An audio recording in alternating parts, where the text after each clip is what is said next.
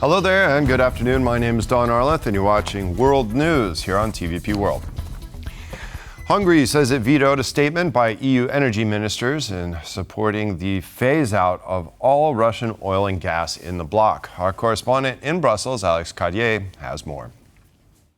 Well, this announcement of a Hungarian veto by Budapest's foreign minister seems like what we've seen so many times before, the Hungarian government blocking Europe-wide action because it is more closely aligned with Vladimir Putin and the Kremlin. But in this case, it isn't quite that. It may seem like a Hungarian veto. It may seem, that's the way Hungary wants it to seem, that the Hungarians will be able to block the European Union phasing out Russian oil and gas as was the plan. Well, in fact, the decision to do that, the decision to implement that phase out, does not come down to the member states, does not come down to the European Council. It comes down to the European Commission, that building behind me. The European Commission, we understand from our sources, will announce tomorrow the details of this plan to phase out Russian oil and gas. And there is nothing for now that Hungary can do to stop that, because trade is the responsibility of the European Commission and you do not need unanimity from all the member states to get these measures through. So as we see, what we have now going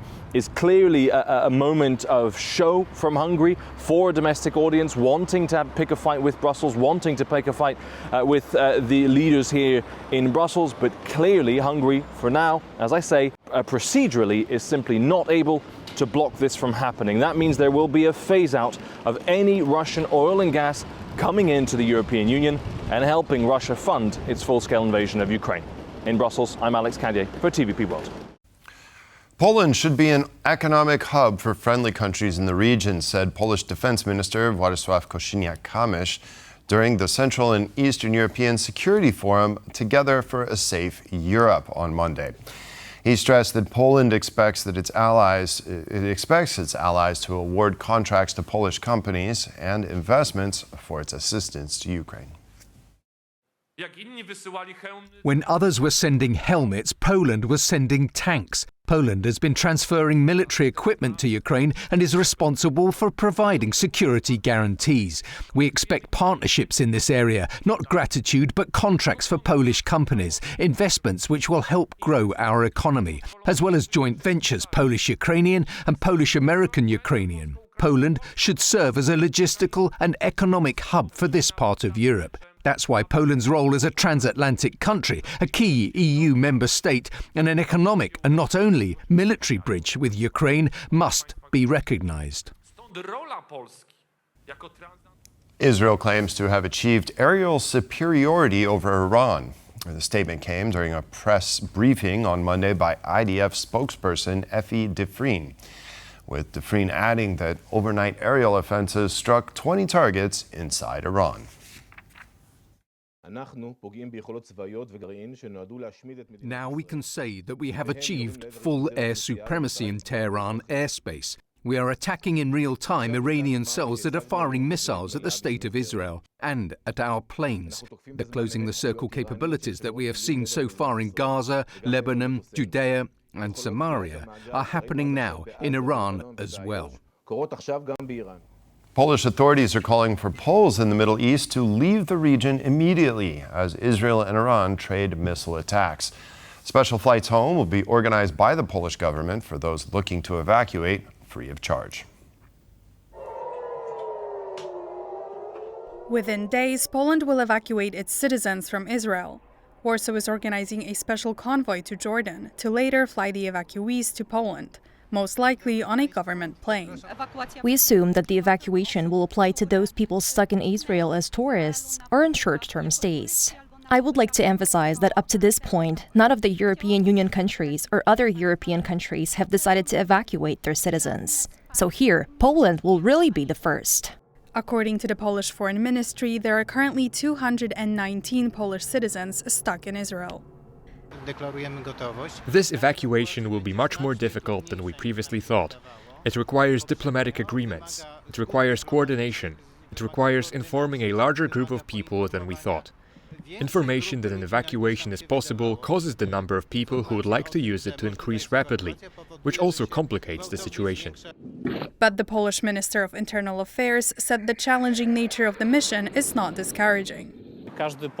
Every Pole, regardless of the reasons for which they found themselves in the evacuated area, has our care and has our full support. We will always do everything so that Poles can be here as soon as possible at our country's expense. The mission comes in response to continued fire exchange between Israel and Iran. We have determined that the conflict is lasting longer than usual and that there is going to be a longer turmoil in the Middle East. Hence these kinds of decisions. They are appropriate for this kind of situation. For weeks now, the Polish Foreign Ministry has advised Poles not to travel to Israel or Iran. Evacuation, as you can imagine, is a last resort measure that also affects our diplomatic relations with each of the countries concerned. The ministry has stressed that Israel is the only country in the Middle East from which evacuations are planned. No evacuations are planned from Iran. Russia cannot be a mediator between Israel and Iran as it lacks credibility in this role, stated the European Commission on Monday, commenting on the Donald Trump-approved idea of Moscow acting as a mediator between the two conflicting countries. Let's also recall the fact that there has been a recent... According to European Commission spokesperson Anwar El-Anoui, Russia's deepening cooperation with Iran, especially in the defense sector, makes it impossible for Moscow to fairly assess the situation and act impartially towards both sides.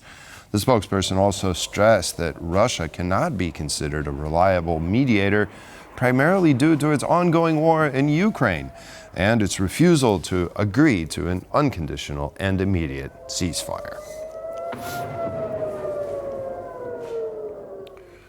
Russia has reportedly expanded and modernized 5 nuclear-related facilities near its European borders.